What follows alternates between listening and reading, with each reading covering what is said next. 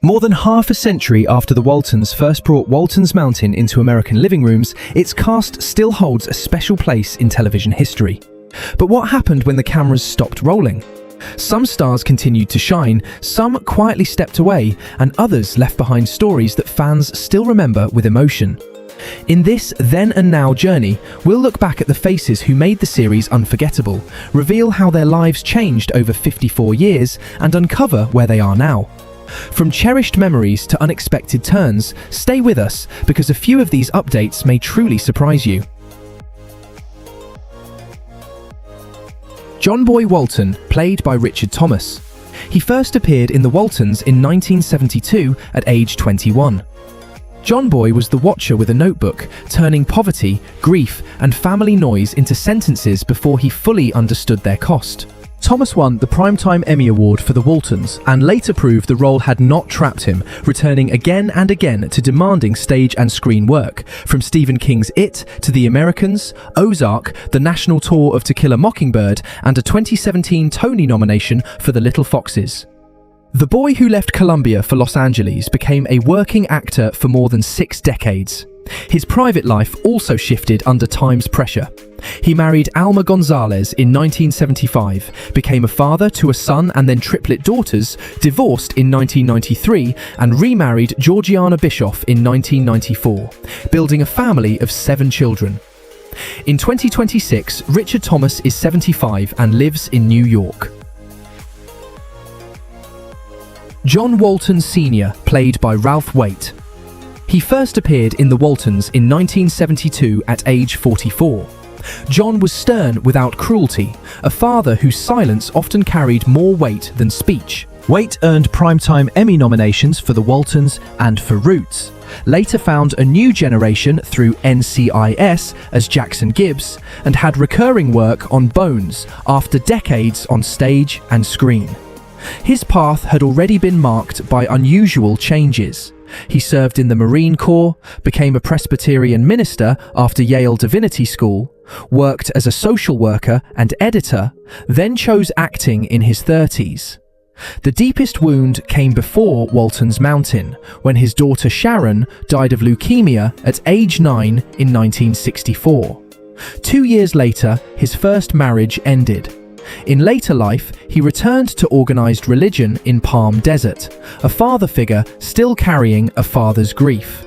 Ralph Waite died on February 13, 2014, at age 85 in Palm Desert, California, and was buried in White Plains, New York. Olivia Walton, played by Michael Learned. She first appeared in The Waltons in 1972 at age 33. Olivia was the calm centre of the house, a mother whose softness never meant surrender. Learned won 3 Primetime Emmy Awards for The Waltons and, after leaving the series, won a 4th for Nurse in 1982, placing her among television drama's most honoured lead actresses. She continued on stage and television for decades, later appearing in major soap roles and returning to wide attention in Netflix's Monster, The Jeffrey Dahmer Story. Her private story was more fragile than Olivia's steady hand suggested. She married Peter Donat at 17, had 3 sons, went through 3 divorces, and later wrote that she reached rock bottom with alcoholism before getting sober in 1977. Her long marriage to John Doherty ended with his death in 2025. The awards remained, but survival became the deeper performance. In 2026, Michael Learned is 87 and lives in California.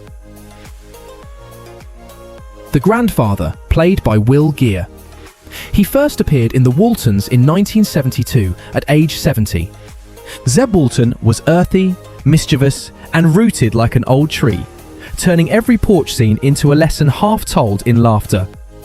During the show, Geer won 3 Primetime Emmy Awards for his supporting role, a rare late-life recognition after a career nearly broken by the Hollywood blacklist. In the 1950s, after refusing to name names before the House Un-American Activities Committee, he and Herta Ware turned their Topanga Canyon home into the Theatricum Botanicum, a refuge for blacklisted artists, folk singers, Shakespeare, and stubborn hope. He and Ware had 3 children, including actress Ellen Geer, who helped carry the theatre forward. Grandpa's warmth was not an invention. It was the public face of a man who had lost work and kept planting. Will Geer died on April 22, 1978, at age 76 from respiratory failure, and was buried in Topanga, California. Esther Walton, played by Ellen Corby. She first appeared in The Waltons in 1972 at age 61. Esther was all sharp eyes and firmer hands, a grandmother whose scolding could turn into mercy before the room went cold.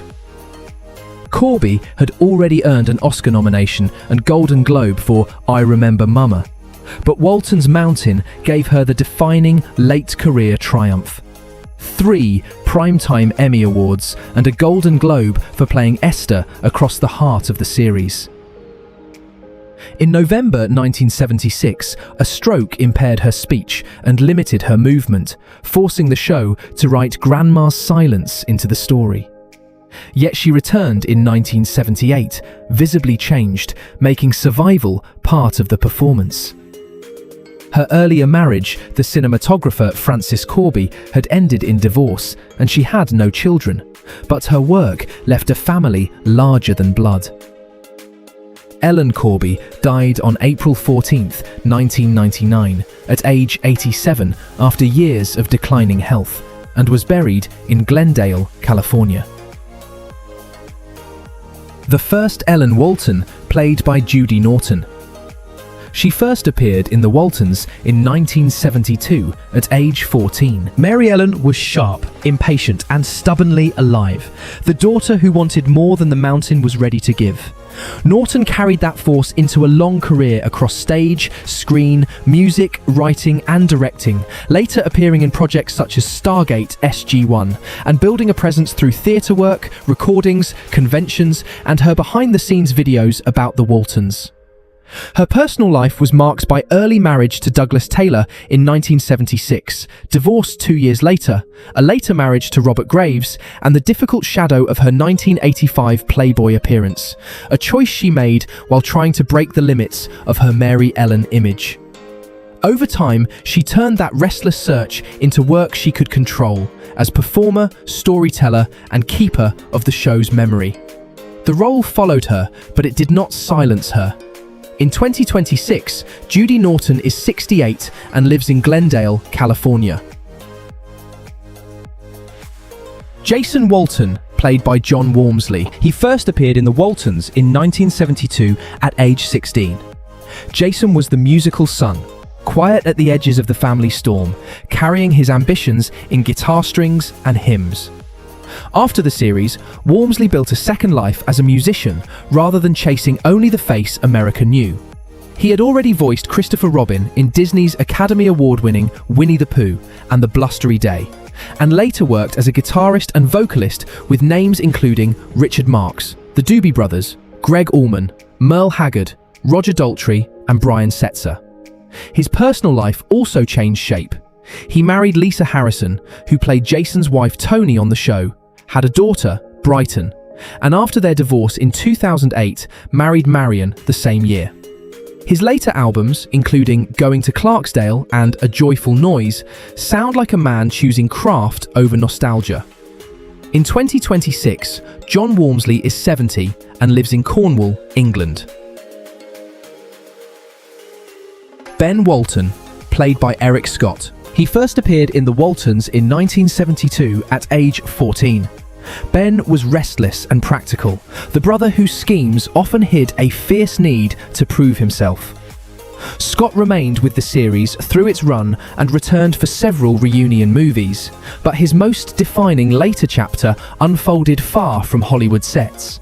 He moved into business and became owner of Chase Messengers, a parcel delivery company in the San Fernando Valley, turning the discipline and rejection of a child actor's life into a salesman's endurance.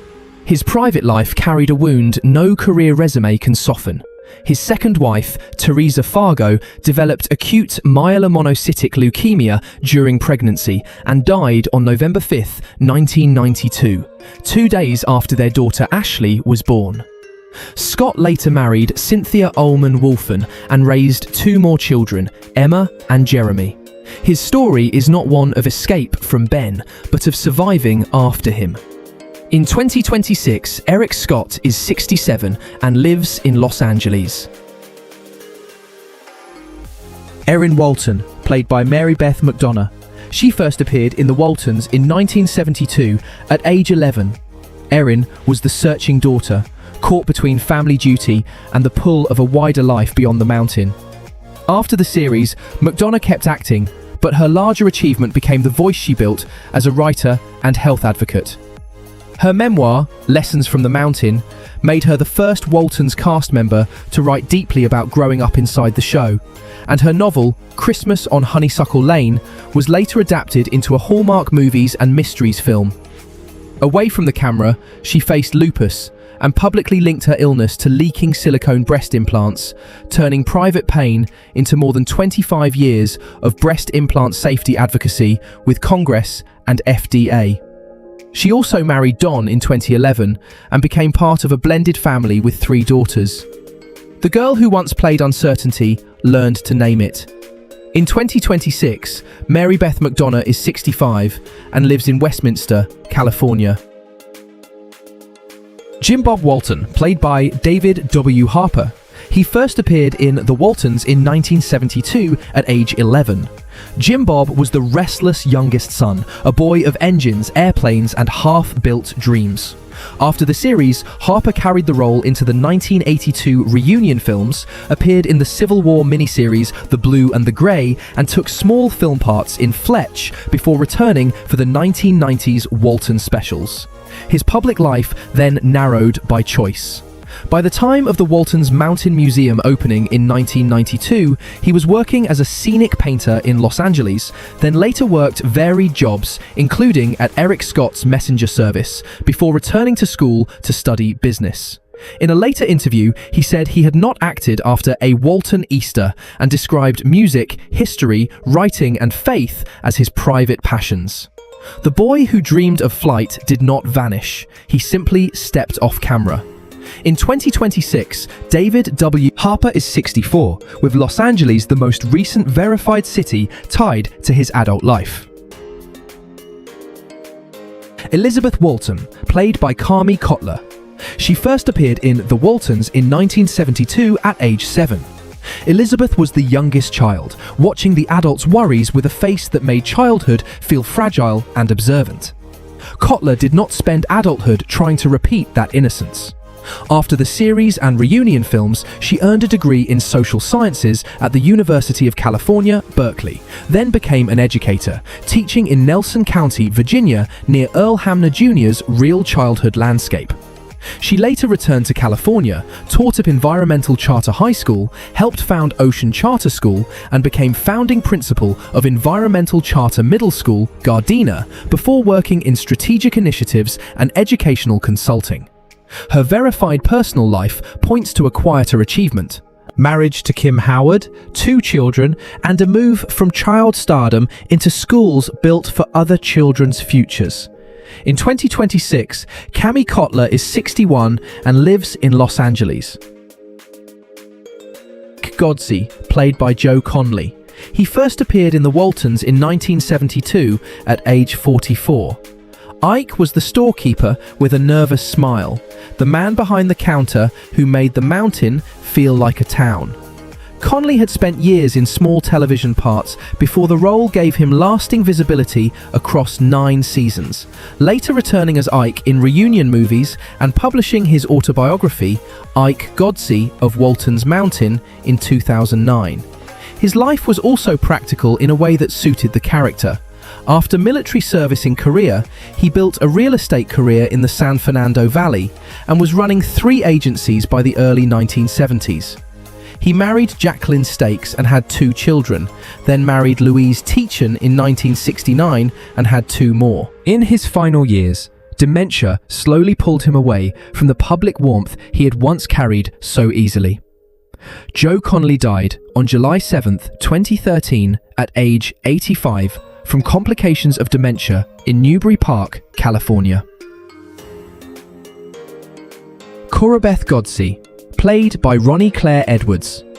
She first appeared in the Waltons in 1975 at age 42. Corabeth entered Ike Godsey's store like a storm in a hat, proud, wounded, funny, and forever trying to make the mountain more refined than it wanted to be. Edwards turned a supporting role into a full comic portrait, then carried her voice beyond television as a writer and performer. Her one-woman show, The Knife Thrower's Assistant, travelled to the Edinburgh Fringe in 1993, and her memoir of the same name was published in 2000, preserving the Oklahoma stories that shaped her before Hollywood. Later, she restored a 1911 Catholic church in Dallas and made it her home, a theatrical act of reinvention in brick and stained glass. The laughter around Corabeth never erased the frailty behind it. Chronic obstructive pulmonary disease followed her final years. Ronnie Claire Edwards died on June 14, 2016, at age 83 from chronic obstructive pulmonary disease in Dallas, Texas. Emily Baldwin, played by Mary Jackson. She first appeared in the Waltons in 1972 at age 62. Emily was delicate, dreamy, and fixed on lost romance, raising a glass of the recipe as if memory itself could be distilled. Jackson came to the role after decades of stage and television work, including Broadway appearances and the unaired Days of Our Lives pilot, where she had been the original choice for Alice Horton. Her later achievement was quieter but deeply public. She stayed tied to Milford, Michigan, helped found the Milford Historical Society, and in 1988 helped raise money to rebuild the Oak Grove Cemetery Bridge. She had married Griffin Bancroft Jr. on July 4, 1937, and her life kept returning to the small-town roots she never treated as small. Parkinson's disease marked her final chapter, but not her bond to home. Mary Jackson died on December 10, 2005, at age 95 from complications of Parkinson's disease, and was buried in Milford, Michigan. Mamie Baldwin, played by Helen Klebe. She first appeared in the Waltons in 1972 at age 65. Mamie was the gentler Baldwin sister, pouring the recipe with a sweetness that made old secrets feel almost innocent. Klebe came to the mountain after decades of stage, radio, film, and television work, and the role gave her late career recognition across the full 1972 to 1981 run and several reunion movies, including A Wedding on Walton's Mountain and A Walton Easter. Her life had already carried pauses and losses. Her first marriage to John Gerald Prendergast brought a son, Tom, and a break from acting. And after her husband died in 1950, she taught drama before returning to the screen. In 1959, she married Elmer Garrison, who survived her by only days. The woman who played fragile Southern gentility had endured reinvention, widowhood, and the patience of a career that flowered late. Helen Klebe died on December 28, 2003, at age 96 from natural causes, and was buried in Culver City, California. When the Waltons ended, its porch light did not go out. It faded into memory. Richard Thomas and Michael Leonard carried John Boy and Olivia into long lives on stage and screen, while Ralph Waite, Will Geer, and Ellen Corby became part of the show's silence. Others moved through acting, music, education, family, and reunions, still measured against the home they once helped build. Fame gave them a place in millions of hearts, but time took its price in aging, absence, and goodbye. Which Walton stayed with you the longest? On Walton's Mountain, every voice still answers from the dark.